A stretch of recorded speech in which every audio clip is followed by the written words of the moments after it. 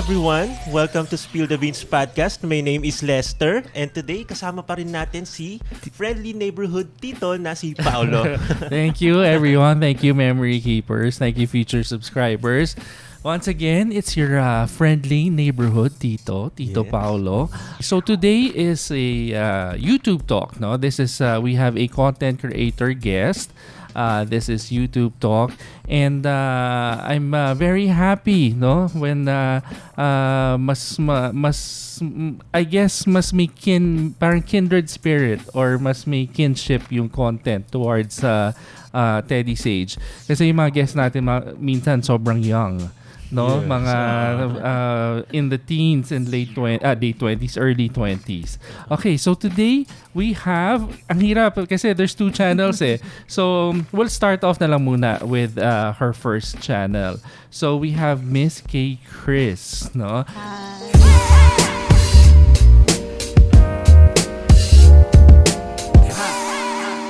Okay, so I'm Ruth and my YouTube handle name is Miss K. Chris. And I also have a second YouTube channel called Mommy Ruth. Okay, so two channels. Wow. I don't know how you do it. We only have one channel, tapos sobrang hirap. Okay, but you started with Miss K. Chris. Yes. Before we start with your origin story, the genesis of Ruth, no? Bakit Mommy Ruth and then K. Chris? Miss K. Chris. I get that question a lot. Oh, why did I name my channel Miss K. Chris? Way back kasi then, when I was still a young kid, I don't know, 1990s, nauso yung blog. Yes. And when you do a blog, you don't use your name before for privacy purposes. So my cousin, she's from the States. She visited for a vacation. Yeah. She said, let's make a blog for you. Okay. So let's use my name. Her name is Kayleen. And my name is Katrina Ruth. So we just combined everything and we came up with K-Chris. Kchris.com. Okay. Way back then, our blog was composed of glittery unicorns and stuff. We just want to make it. So that's the first time I created my first blog. It's like kids play. And then. This was in you were saying what year was this? I was 14 years old, so 20 years ago. That was 20 years ago. Okay. Almost like 20 plus years ago. And then that was almost mostly 30 years ago. that was mostly blogs nga, as you were saying. Blog, that's just the name. Okay. And then when I decided to start a blog after, let's say, 15 years after that event. I didn't, I wasn't keen on, I don't know what to name my blog. So I remembered this memory with my cousin. So I just made it into K. Chris and then I put the Miss because usually when I started my blog, I started out as, just writing down. Hindi pa kasi siya YouTube before. Yeah. And I already know I want to talk to flight attendant aspirants. Okay. Because that was my number one struggle. And then that was what I have overcome in my life. And that's what I want to talk about. And that's what I'm really passionate in. Okay. So I put the name Miss because in the flight attendant world, we usually call each other Miss like this, Miss like that, or Madam. Yeah, there's like a culture there. Very service oriented kasi. Yeah. Okay. So at that time, wait, K. Chris. So Miss K. Chris na yung pangalan ng website or ng blog. Okay, so we'll delve a little bit on the origin of before your personality as a content creator. Your profession was. I was a flight attendant. For how many years? For 6 years. Wow. Yeah. Ano yung domestic and international? Domestic and then international. So first with Pal Express. And then next is Oman Air. Okay, how's the lifestyle ba? We had one guest, si Joyce ata, no? Joyce was also a flight attendant. Yes. How's the lifestyle? Do you guys talagang mahirap na kayo mahagilap kasi you're always in the air? The working schedule is different from the 9 to 5, Monday to Fridays. Yes. So that's why we get hobbies like blogging. Vlogging. There, good thing. Yeah. Yeah. So that's either that or you start shopping your salary. So I chose content creating. Content creating. Ang galing Yeah. Okay. Yeah. So that's where it was It gets born. lonely sometimes, yeah. Because when it's your off, everybody is in their office. Oo. And when it's everybody's holiday, you have to work. So yun lang. But it was fun. For me kasi I have a personality na I can't sit still in one desk. I tried working in a call center for a year and I really told myself, no, this is not for me.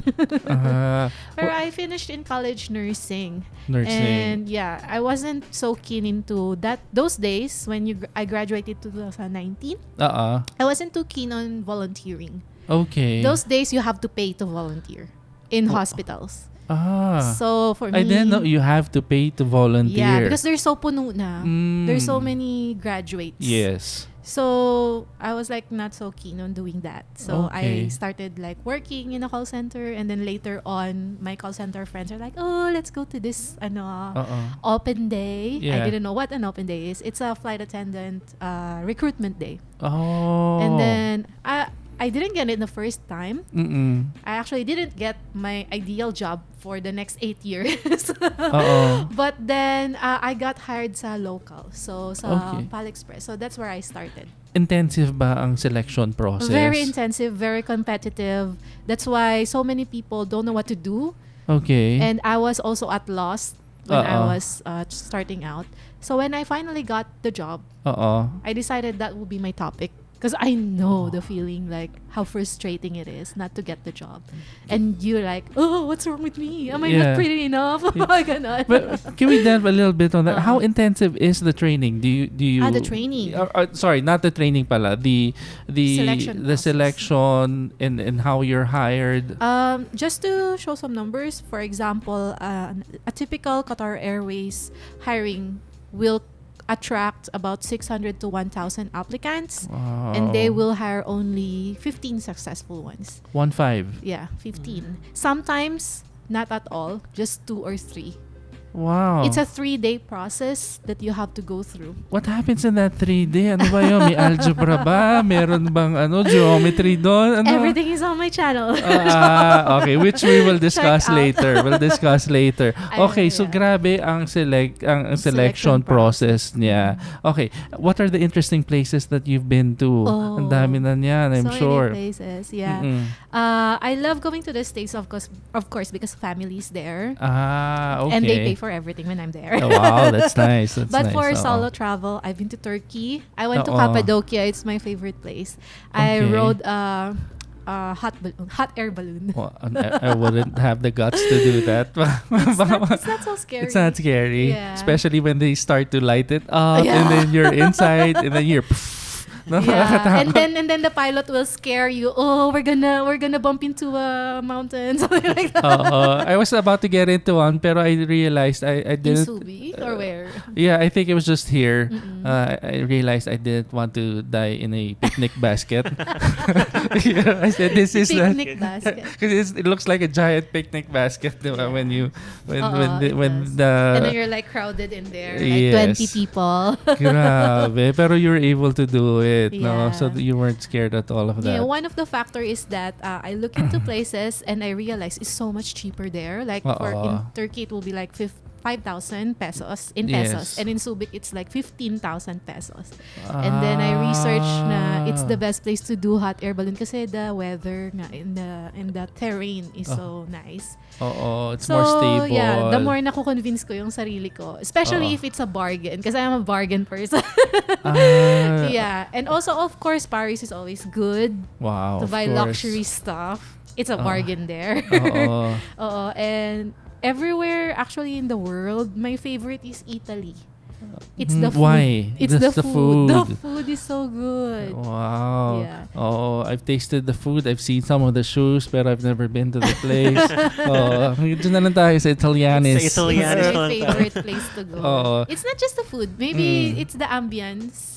It's not the ambience of the restaurant, but when you walk in the street and you see for example, the different churches, the Duomo, and then the people. It's so different. They have a different, it's like you walk into a movie. So very immersive in the culture, the food, the fashion, everything, no? punta nga kami ni Lester eh. So nice talaga. Pero those are the perks, no? Those are the perks. The reason why I asked about the places that you've been to and how it is to get into that profession, being a that's the correct term, no? Flight attendant. A flight attendant is because you've left that profession now, or I've left it now. I'm full-time. I've started my family now. Okay. So is that the reason why? Because for some, that's the dream job. That's the That's the dream. dream job. But you walked away from it. I did. What's your Maybe I'm what's your reason? I should rethink it. What's one thing that made you realize, wow, you get to travel, you've been to so many places that some people just see on postcards. When was that time when you said, mukhang it's time to move forward na? When I hit my 30s. You hit your 30s, traveling isn't the same na. Yeah, because we're Asians, no? At 25, especially if you're a girl, at 25, you'll be like pressured to like have kids. But not just that. It's a bit different for me because I grew up without a mom. So my mom died when I was 1 year old. Accident. Wow. Yeah, shipwreck. She was on a shipwreck. So for me, it's one of my bigger dreams to start a family na complete. Okay, so siguro my dream of being a flight attendant is here, but having a family na complete is higher. Yes. So that's why I have to choose. Okay. So sobrang trivial nga naman. Yung yes, you get to travel. Yes, you get to do all these things. Pero once family is there, talagang you can walk. It's deeper. Deeper why. So the why of the dream job is there. It's okay as long as hindi mo pa gusto mag-family. Pero that moment na I also found out I have PCOS, which means na it's kind of hard to get pregnant. Okay. Sabi nung OB ko. And then, I was like, okay. I'm sorry, So what's yun. PCOS ba? PCOS is polycystic ovarian syndrome, which means yung eggs mo parang hindi siya lumalabas sa, parang nag-ano siya, cyst. Okay. Around your ovaries. Gotcha. Okay. So it's kind of difficult to get pregnant. So you really prioritize starting a family muna. So when I found the right guy, we tried. And then, I believe talaga sa parang divine intervention kasi I used to have an ex na we were like trying but we didn't get pregnant. But my husband now, when we first met, we got pregnant right away. Ang galing. So, I had to quit my job. It was the right man at the right time. Place, yeah. Totoo yun, right time. Ang galing. So that's when you said, okay, sige, I love the travel, I love the culture, I love the food and all these different things, but now it's time to start to move on, start the family. Okay, before we go to the family and all those things, true to Spill the Beans fashion, we'd like to see your very first. Oh my God! Your very, very first upload. Yeah, titignan muna namin. Kasi we check usually the progression of the content. So, content creators. Is this the first one? 2014? Does that pop? Sorry, my Tito eyes can't see it. 2014. 2014. Okay. Wow, brand new flat. Ano to? How to be a flight attendant. Is this the one that you're talking about? Or yes, that's where we live sa Oman sa Oman. Okay. Oman is in the Middle East, just for people who doesn't know. Kasi when I applied, I didn't know where it is also. It's right beside Dubai. Yeah, you can drive to Dubai. Okay, I'm sorry for memory keepers and future subscribers. Sorry for the ignorance, pero Oman is not part of Saudi. No. Okay. It's an independent country. It's right beside. It has its own. It's right beside Emirates, United Arab Emirates. UAE. Okay. So near Dubai. Okay, so dito you're just featuring for the memory keepers. This is the first upload of the Miss K Chris channel. Yeah. Tama ba? Okay, so your flatmate. As you can see, I don't want to talk to the camera pa masyado. Not yet. I'm just hindi pa. showing things. So that's pero the how it's to so be shaky. nga eh. How to This is so cringy. It's okay. It's okay. So this is the first one. Let's take a look at the second one. So eto wala tong narrative. Wala masyado. Okay. Yeah. Let's take a look at we want to see when you've decided na I want to look at the camera. 4 videos. 4 videos daw, Lester. Okay, everything is like, ganun ako kinakabahan. Ayoko muna. That's the one. That's the one na I started talking. That's really good kasi at least people will see that not everyone starts off na talking. Sobrang galing. Oo. So, oh my God. Here you go.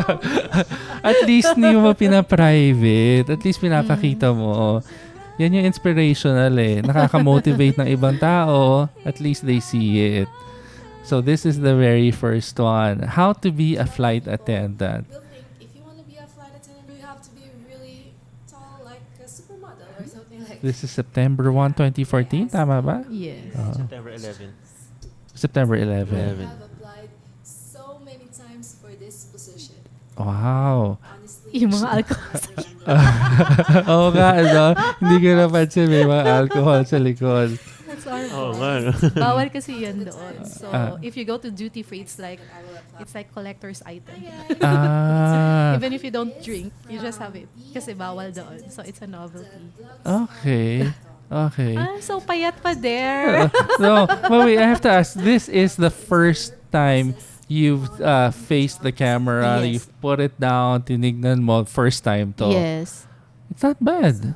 I want it to be funny. It's not bad. Siguro more on, I think if there was anything that we would criticize about it, it's just more of the technical aspect na hindi lang yung audio, hindi lang ganun ka lakas. Baka walang directional mic. I'm using a point and shoot. Okay. The waterproof one. The one I brought with me. Okay. But I have to ask, what made, it was 3 videos you've already uploaded. What made you decide, okay, sige, I need to face the camera. I need to be in front of the camera. Okay. It could be a combination of things. It's not really 100%, I want to be a YouTuber. Yeah. No, it's not like that. First factor is I have a blog, like I mentioned earlier. Yes. I get a lot of questions. Okay, gotcha. And I'm so lazy in replying one by one, same answer. So I just collected the most frequently asked, and then that's how I come up with the script for this video. Okay, and then the next factor is I just finished my training. Okay, and it was Ramadan. If it's Ramadan in the Middle East, there's nothing that you can do. So we don't have the license because there's no office. Okay. For 1 month. So for 1 month, we're stuck in the flat. So ano to, parang Holy Week na 1 month? Yes. Wow. They're fasting, so there's no like proper office, there's no proper thing. So we're stuck to wait for our schedule to fly. But we already graduated from the flight attendant school. So my friend, we don't have salary yet. So we don't have we just have our baon from the Philippines, the money that we have. We don't get a full salary yet. So you can't do shopping.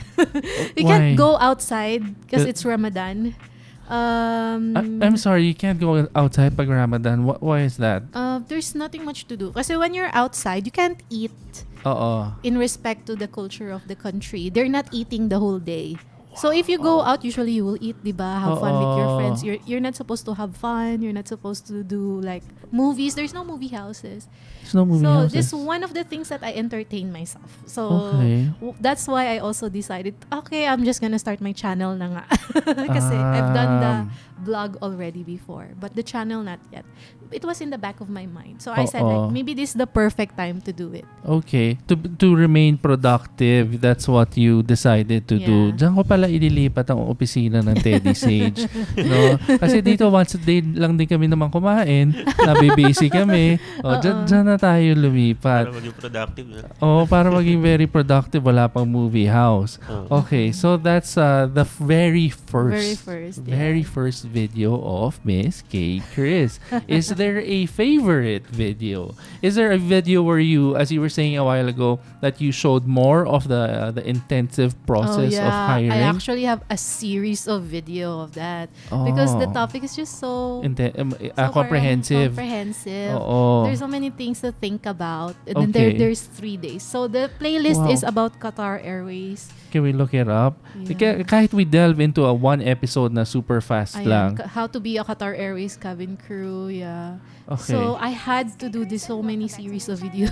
Pero this is helpful because I think you're one of the pioneers. May mga nag-uumpisa ngayon na ganitong channel. Flight attendant channel. Yes. In the Philippines. Yes. Yeah. So I see them. Ako na nag-start.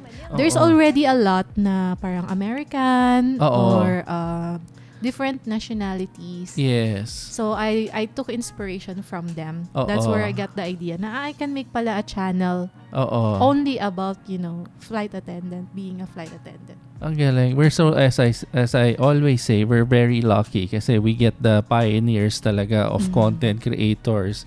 Yung mga talaga nag-umpisa, yung mga business channels na nauna, no? Sila Joyce Yo. And for you, it was the flight attendant niche. Galing. So this one, anong makeup tutorial naman. Makeup tutorial. Pero let's go back to Marami akong tips. From, for example, day 1 tips, day 2 tips.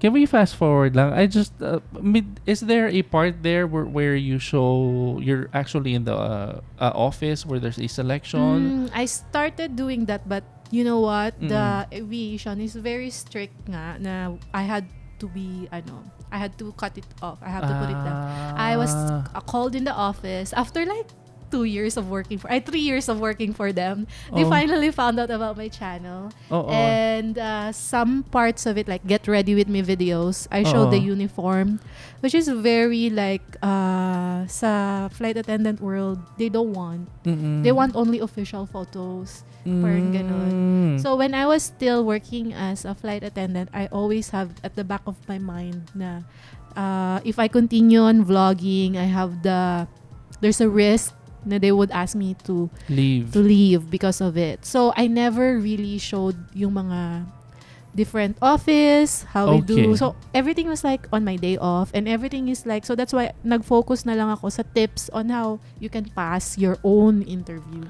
Is this the reason why? Kasi nakapansin ko rin, maraming mga channels na flight attendant channels that do not progress. That they stop on the 4th video.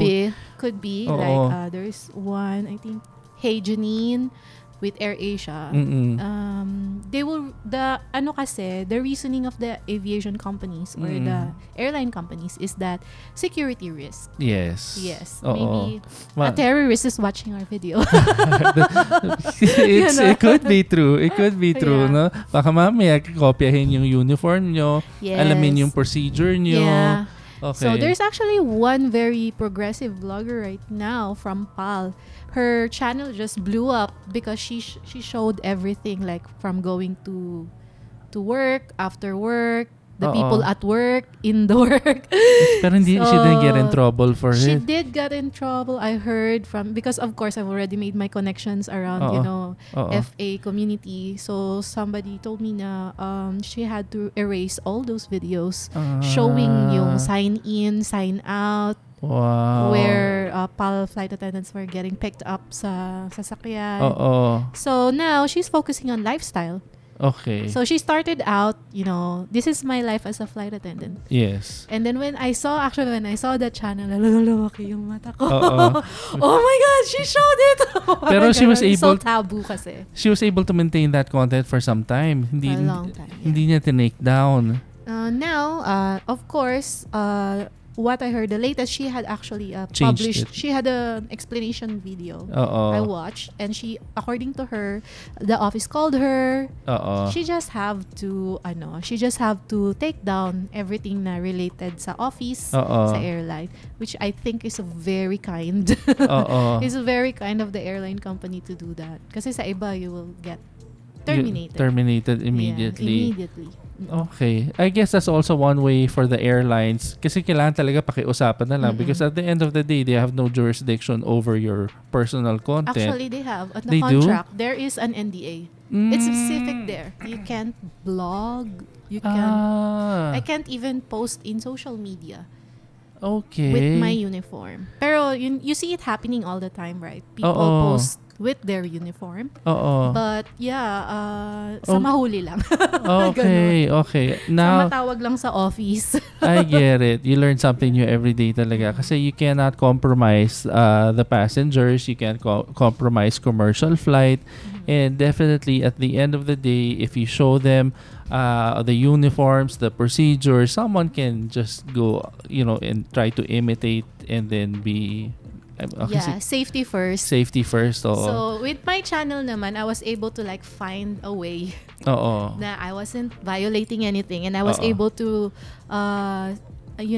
defend myself during we actually had a court parang hearing sa company because they found out about my channel. I got viral kasi. What they don't want me to go viral. Is it still on your channel, the video? It's not, of course. Wala na it's siya. A dancing challenge inside the airplane.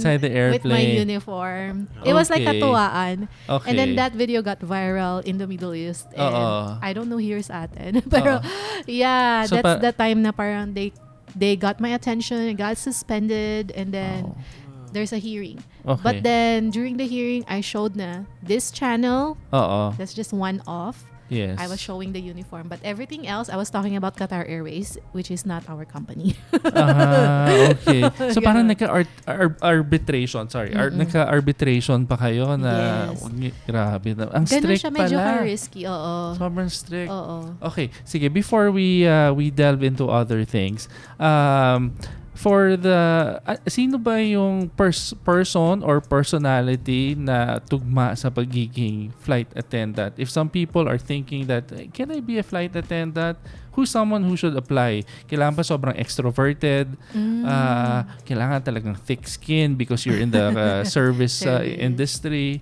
What kind of person na medyo talagang tugma sa flight attendant? Maybe I can name some qualities. Yeah, that'll be good. Na will be fit. Yeah. For me, with my experience, dapat independent ka. Okay. Kasi the lifestyle. Once you become a flight attendant, the lifestyle, you have to be able to entertain yourself without your friends. You have to be able to go to the bathroom without your best friend. Okay. So also in the work itself, your supervisor will not be behind your back kasi she's also busy with the first class passengers. You have to be able to do your work at your own. So independent personality is fit. Also, when you're traveling, you can't always ask your supervisor to go with you. For example, you're in Germany, you don't know because people don't speak English there. Yes. If you want to explore, you have to figure it out yourself. Okay. So, sa lifestyle-wise, independence. You have to be very independent. Sa career-wise naman, you have to have a lot of patience. Everybody's gonna test your patience. So, if for example yung personality mo very patient, very service-oriented, ganon, you're perfect. Kasi if you don't take yung mga criticism to your bone, parang you let it slide and just laugh it off and everything, you'll be perfect. Kasi if you have patience and good personality, you can deal with everything. Number one, with your supervisor. Number two, you have to deal with the pilots. And then you have to deal with the customers. And then you have to deal with the irate customers. And then you have to deal with the people at the same level as you, your colleagues. And then you have to deal with people na not in the cabin but in the airport. Ang dami. Yeah, there's so many people that you have to deal with. So, they will test your patience. There are people who gives the food, the catering. Sometimes mali-mali and everything. So, yun. So, if you're very patient, mas okay kasi sa pikon. Kawawa ka kapag pikon ka kasi ikaw laging talo. Okay. So, maybe the next quality, you have to be really charming to get your way to survive that. Aside from being patient, you have to be charming. Like, you know how to talk to different people, get on their good side. Kailangan talaga. Kasi your life will be so much easier. Okay. That way. May people skills talaga. People skills. May height requirement ba? Yes, height requirement is also very non-negotiable. Ouch. Ano naman yung height requirement niya? Usually 5'3". 5'3". Pwede, kaya lang. Ang tangkad mo kaya, Lester? Nasa 6'2" yan eh. 6-footer ka pala. So, I have a question. You were saying kasi sometimes yung manager mo nasa first class, yung mga neophyte ba, yung mga bago, yun yung nilalagay sa coach? Yes. Exactly. Ganon siya. You have to get training there. Oh, so that's your that's your battleground. Yeah, exactly. Everybody will ask you for everything. Is it hard? How hard is it to be what I can say is being a flight attendant is a physical job. Which is perfect for me because I don't like the desk job. So you're pushing the cart. Bringing the water, bringing the blanket, bringing whatever they want. Back and forth, 3,000 feet tayo. Ang dami ba mga outrageous requests pag ng mga passengers? Siguro for us, sa culture-wise, it's outrageous for us kasi hindi tayo sanay sa ganung culture. When a Muslim woman doesn't wanna sit beside another man na hindi niya husband, for me outrageous kasi like, what am I gonna do? There's no other seat available in the plane. Pero But it's culturally, that's their practice. Okay. So she will not sit. Okay. And the airplane cannot fly if not everybody's on their seatbelt. So what do you do? So ito na, chain reaction na, delayed na. Okay. Okay. So that's why papasok yung patient ka and then you have to be charming. So you have to talk to the guy na, sige na, change ka na ng seat with this girl. Parang ganon. Grabe, no? Tapos nandun ka pa sa pinaka-window seat when you want an aisle seat. Ganon. More on seating arrangement. Number one, talaga yung battlefield. I don't want to sit here. I don't want to sit beside him. I want to sit beside him. Ganon. That's the first, talagang kailangan parang common. May strategy ka na dapat. Okay. Yeah. So in I take it in first class, everything is a little bit easier because mas konti ang passengers compared to, or mas demanding sila. Mas konti, pero mas marami silang demands. They know what they want and you have to be cultural to understand what they want. So the airlines will train you. Like ano ba yung caviar, ano ba yung what goes with white wine, what goes with red wine, so may culinary training pa, no? Parang service, food orientation. Parang sa hotel. Okay. So many things that go into being a flight attendant. Okay. So now on Miss K Chris, Street, how many uploads is Miss K Chris? I think 196. 196. Wow, when I checked it, is there a new upload? Parang when I checked, there was 195. Dalawa po, 1 week ago. Can we see the recent one? Is it okay? Sure. Okay, sige, let's pull up the recent one. What's the recent one? Tell me about, may Tito Ice talaga yourself. It's a tutorial on how to answer a specific question on the flight attendant interview. So ang galing, you really take care of both channels pa rin talaga, no? And you already have 69,700. Ito na, nag-abbreviate na si YouTube ayaw na pakita yung buong number. Nag-abbreviate na siya. So at 69.7k subscribers. Pero it was started on 2013. Okay. Yes. Alright. So, and this is an upload a week ago.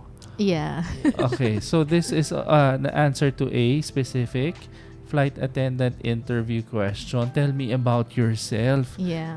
Is that a frequently asked? Yeah, it's the first question. It's the first question as soon as you sit down. Yeah. Galing. Okay. Ano yung mga major no-nos with that question? If you could give me one. Don't tell them about your life story. Like my mom died or something like that. Okay. You still have to think that this is a business interview. Okay. I'm here, like the company is here to know more about you, how you can help my business, not know about you and your exes or your or your family problems. Buti na lang di ako nag-apply kasi baka sagutin ko nga yun. Tell me about yourself. Kasi very broad yung question no? My hobbies are parang naging Miss Philippines, no? Okay. Actually, isang video dyan, I saw that I decided to create this video kasi isa akong video na tell me about yourself. Very very good yung statistics ng video na yon. I made a parang spoof on how people answer the tell me about yourself the wrong way. So I made it funny, parang ganon. And then in the end, I gave them like a sample of how they did. You made a spoof. Yeah. Can I see it? I'm sorry. Is it there?